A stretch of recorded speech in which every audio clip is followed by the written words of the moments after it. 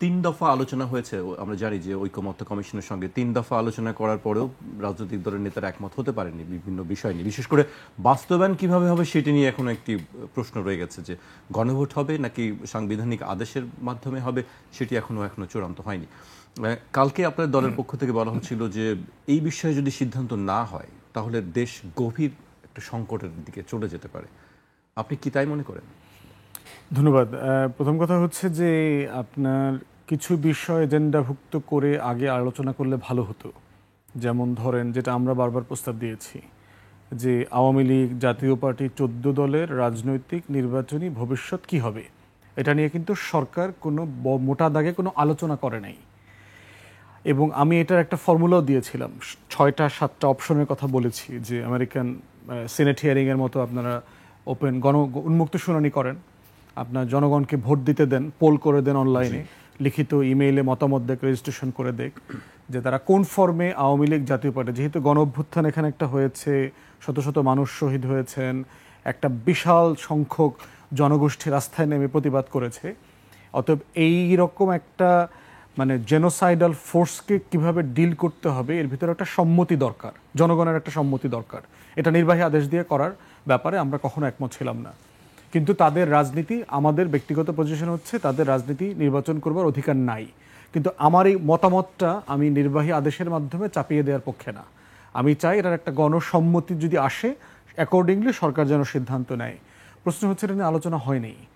না হওয়ার কারণে যেটা হয়েছে, যারা আন্দোলনে অন্তর্ভুক্ত ছিল, যারা ধরেন শহীদ পরিবার, আহত পরিবার, তাদের পক্ষ থেকে তো দাবিটা বারবার আসতেছে তাদেরকে কিভাবে ডিল করা হবে।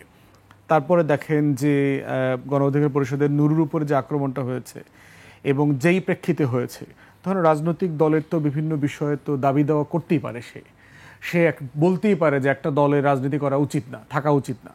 তো এর মানে তো আপনি তাকে পিটায় তার অফিস টফিস ভেঙে টেঙে দিয়ে আসবেন না, তো এটা তার জায়গা থেকে সে বলছে।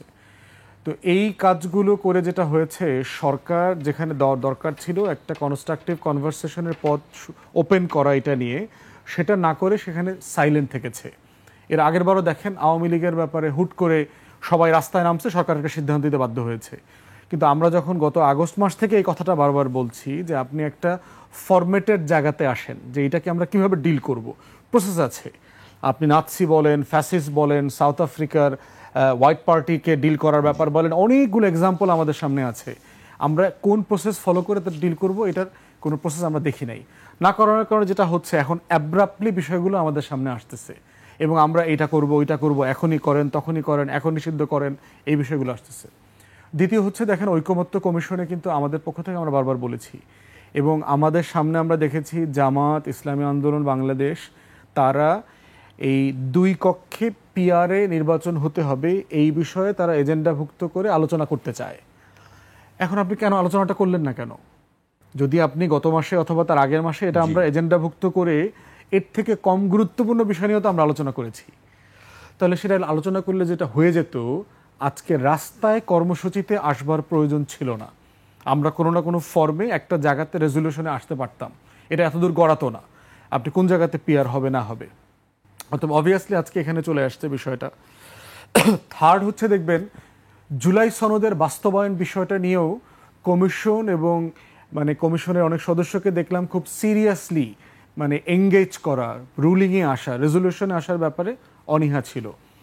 পরে চাপে পড়ে তারা দেখেন আবার এই সনদ বাস্তবায়নের প্রক্রিয়াতে আলোচনাতে আসছেন তারা। তাহলে সমানষ্ট হয়ে গেল তো মাঝখানে রাজনৈতিক দলগুলো আবার রাজপথে কর্মসূচি দিয়ে ফেলছে এবং তারা চাচ্ছিল যে এটা রাজনৈতিক দল নিজেরা মীমাংসা করবে। বাংলাদেশে রাজনৈতিক দলগুলো একসাথে এতদিন ধরে বসছে, ফরেন সার্ভিস একাডেমির কোনো সম্পত্তির ক্ষয়ক্ষতি হয় নাই, এখনো হানাহানি হয় নাই, বিল্ডিংটা এখনো ঠিকঠাক আছে, ওখানে আগুন জ্বলে নাই। এটাই তো শুকরিয়া আদায় করার মতো একটা ব্যাপার। তো সেইখানে আপনি যদি আশা করেন যে আমরা এতগুলো বিষয়ে একমত হয়েছি, বাস্তবায়নের তরিকা নিয়েও আমরা সবাই একমত হয়ে যাব, আপনি তো আশা করছেন ফেরেশতারা দেশ চালাবে আগামী দিনে। তাহলে কি হবে, বাস্তবায়নটা কিভাবে হবে? না, আমি এত শঙ্কিত না। একটা বিষয় হচ্ছে যে পরিমাণ কনসার্ন শো করা হচ্ছে, দেখেন যে জামাত অথবা ইসলামী আন্দোলন বাংলাদেশ, খেলাফতে মজলিস তো পলিটিক্যাল পার্টি, তার তো পলিটিক্যাল ডিমান্ড করার রাইট আছে, এখতিয়ার আছে। সে যতক্ষণ পর্যন্ত গণতান্ত্রিক ফ্রেমওয়ার্কে থাকবে, এই ফ্রেমে সে যে কোনো দাবি দেওয়া করতেই পারে, কোনো সমস্যা নাই। বিএনপি করেছে না, নির্বাচনের ঘোষণা দেওয়ার জন্য ডেডলাইন দিয়েছে না বিএনপির অ্যাক্টিং চেয়ারম্যান তারেক রহমান, এবং এটা রাইটলি দিয়েছে, এটা তার সে একটা পার্টির চিফ হিসাবে সে বলতেই পারে, মহাসমাবেশ করে দিয়েছে না? এবি পার্টির দাবিটা কি, কোনো দাবি আছে? আমাদের এগুলো নিয়ে আমরা বহুবার কথা বলেছি, আপনার সাথেও কথা বলেছি। জাতীয় পার্টি নিয়ে আমাদের বক্তব্য কি, এই পিআর এর ব্যাপারে বক্তব্য কি, উচ্চকক্ষ না নিম্নকক্ষ না এক কক্ষ, প্রত্যেকটা বিষয়ে আমরা কথা বলেছি। এখন পর্যন্ত এই সকল বিষয়ে যেহেতু ঐকমত্য কমিশন চলমান, রাজপথের কর্মসূচি দেবার মতো জায়গা এখানে নাই। কারণ তুষার ভাই কারেক্টলি বলেছে যে এই গভর্নমেন্ট তো আমার হস্টাইল গভর্নমেন্ট না, এটা তো বিরোধী দলীয় ফেনোমেনা না যে আমরা এই সরকারকে বাধ্য করতে হবে।